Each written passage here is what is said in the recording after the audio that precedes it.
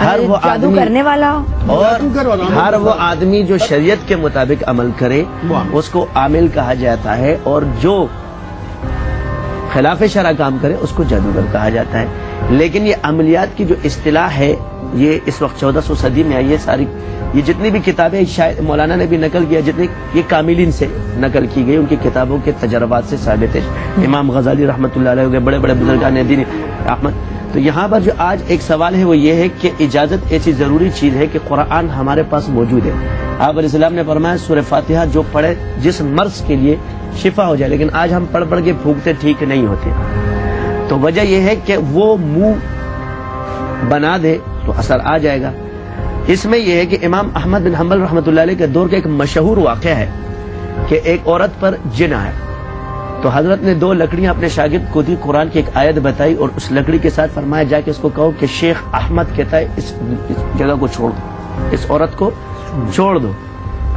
اب جب وہ لکڑیاں لے کر گیا تو اس نے کہا شیخ احمد کہتا ہے کہ اس لڑکی کو چھوڑ دو۔ نے کہا شیخ احمد ہمیں کہے تو ہم کوفہ چھوڑ دیں۔ وہ چلے گئے، حضرت کا وصال ہوا، اس کے وصال کے بعد وہ جن دوبارہ اس لڑکی پر حاضر ہوا، وہی لڑکا، وہی بندہ، وہی جن، وہی لڑکی، وہی لکڑیاں، وہی قرآن کی آیت لے کر گیا۔ اس نے کہا باہر نکل، شیخ احمد کا انتقال ہو گیا ہے۔ تو بات یہاں پر یہ ہے کہ کلمہ ہر چیز وہی ہے، وہ منہ نہیں ہے۔ ہمارے ایک مثال بزرگ گزرے تھے، ان کا نام اخوند بابا بڑا مشہور ہے۔ ان کے مدرسے میں ایک دن کھانا نہیں آیا تو انہوں نے کہا پانی لے کر آؤ۔ جب پانی لے کر انہوں نے فرمایا لا الہ الا اللہ محمد رسول اللہ، پھونک مارا، وہ دودھ بن گیا، کرامت ظاہر ہو گئی۔ طلباء نے کہا یار یہ تو آسان کام ہے، چلو حضرت سے چلے گئے۔ جب وصال ہوا تو وہی معاملہ ہوا، دوبارہ انہوں نے وہ دودھ لا کر دیا، تو ساری رات کلمہ پڑھتے رہے، پانی نے تو ٹھس سے مس نہیں ہونا ہے۔ تو انہوں نے کہا کہ حضرت یہ کیا؟ تو انہوں نے کہا یار کلمہ تو وہی ہے، منہ خون کا نہیں ہے۔ سمجھ کیے یہاں پر جو سارے مسائل ہیں ہم عوام کو تو بتاتے ہیں، یہاں پر اثر اس کے الفاظ کا ہوگا جس نے اس کی ریاضت کی ہوگی۔ اگر وہ شخص ایک مرتبہ بول دے کہ آپ کو یہ چیز پڑھنی ہے تو ایک مرتبہ میں اثر ہوگا، یہ شخص ساری رات پڑھتا رہے اس کا الٹا اثر ہوگا، صحیح نہیں ہوگا۔ تو عاملین کا اصطلاح ابھی شروع ہے۔ جو جتنے اذکار ہیں میں آپ کو بتا دوں کہ کہاں سے اذکار کی خرابیاں شروع ہوتی ہیں۔ عاملین بھی بتاتے، کاملین یہ سارے بتا رہا ہوں۔ وجہ یہ ہے کہ ہر چیز میں پھر وہ الٹا آبل اور مجھے مار والی کہانی شروع ہوتی ہے۔ یہاں پر جو ہے عاملین کی اصطلاح ابھی شروع ہوئی۔ عملیات کیا ہے؟ کسی کے پاس اگر جنات آ جائے چھوٹے سے وظائف کر لے اس کو عامل کہا جاتا ہے۔ کاملین کا ذکر تھا، یہ طریقہ تھا کاملین کا۔ پہلے کاملین اس کی سیڑھی عبور کرتے تھے پھر کامل بنتے تھے۔ آج کل یہ الگ الگ ہو گیا ہے، ان کو عامل کہہ دیا گیا، ان کو کامل کہہ دیا گیا۔ 100 مرتبہ ذکر کرتے اس سے یہ جائیں گے، اب یہ 101 مرتبہ آیت الکرسی بتا رہے ہیں، یہ ویسے ہی عمل ہو جاتا ہے۔ نہیں، وہ 41 مرتبہ پڑھنے سے وہ چیز عمل میں داخل ہو جاتی ہے۔ جب عمل میں ایک چیز داخل ہوگی تو اس کے نیگیٹو پوائنٹ زیادہ شروع ہو جائیں گے، پازیٹو کم۔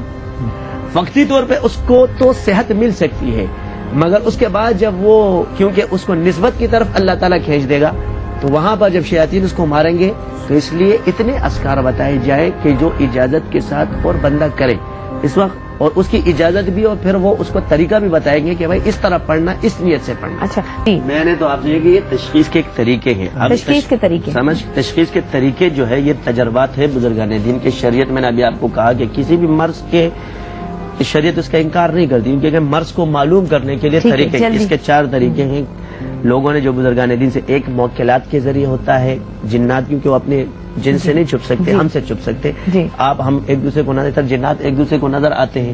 اس طرح یہ ہاتھ کا طریقہ ہے، تو اس ہاتھ کے طریقے میں پھر سارے آ جاتے ہیں، دھاگا ہے، کپڑا ہے، فلانا ہے، ڈمکانا ہے۔ یہاں پر جو عامل چیک کرتے کہ یہ غلط ہے، غلط بات نہیں ہے، کسی بھی چیز کا اصل ہونا اس کے بعد نقل پیدا ہوتی ہے۔ قیودات ہے کہ عامل کون ہوتا ہے، پھر کاملین کا درجہ کہاں سے شروع ہوتا ہے، تو اس کے لیے بزرگان دین نے پھر شرائط جو رکھی ہے اس کو وہ کرنا پڑتا ہے۔ یہ مجھ پر جتنے اصرار یا ابھی میں جو باتیں کر رہا ہوں کسی کتاب کی نہیں ہے، یہ سب الہام اور القاء ہے، ورنہ آج تک کوئی عامل اس کا جواب نہیں دے سکتا۔ میں سوال پوچھ لاؤں کہ سوال ہاتھ بڑا کیوں ہوتا ہے اور چھوٹا کیوں ہوتا ہے، اس کا جواب نہیں دیں گے۔ تو یہ چیزیں ہیں کیونکہ جن کل بات کرتے ہیں جی گرم ہونے کے بعد وہ کیا کہتے ہیں کہ ایک وجود آ گیا، وہ بڑھ گیا، اور جادو انسان کے وجود کو سکھیڑتا ہے، یعنی ختم، چھوٹا کر دیتا ہے، اس کی صلاحیتوں کو ختم کر دیتا ہے، اس لیے اس کا نشان چھوٹا ہے۔ اس سے بزرگان دین نے اس کو چھوٹے اور بڑے کاملین کے طریقے، بہت بہت شکریہ ہمارے تمام